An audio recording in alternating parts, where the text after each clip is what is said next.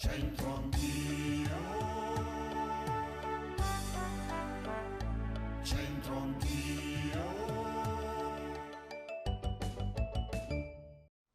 Bentrovati amici, oggi ci troviamo in Corso Martiri della Libertà e conosceremo la bellissima chiesa dedicata alla Madonna dei Miracoli. La chiesa di Santa Maria dei Miracoli fu costruita a fine 400, probabilmente dalle stesse maestranze che si occuparono negli stessi anni del Palazzo della Loggia.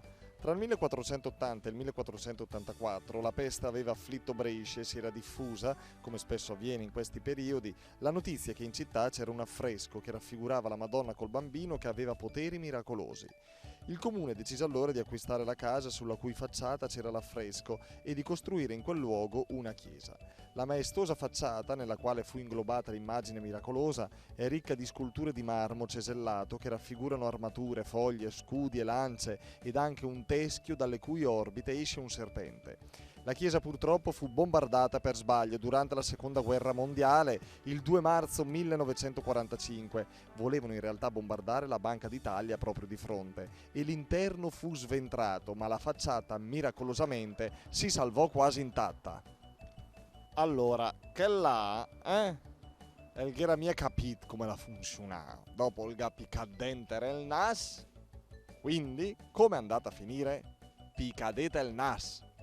Picadete il nas, signora Raffaella, che vuol dire? Che finché non picchi, non picchi il naso non puoi sapere le cose. A lei capita, o di dirlo o di farlo? Sì, parecchie volte. Spesso. E qua gli affari come vanno? Ma sì, bene, dai, si va avanti.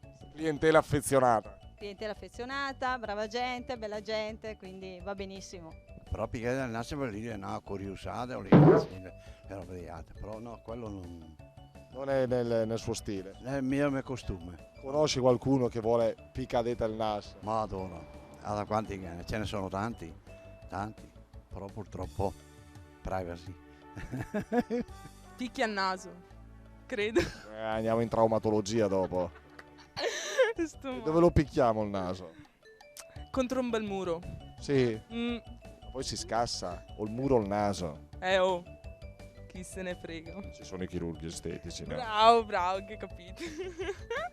Questo signore simpaticissimo, picadet el nas.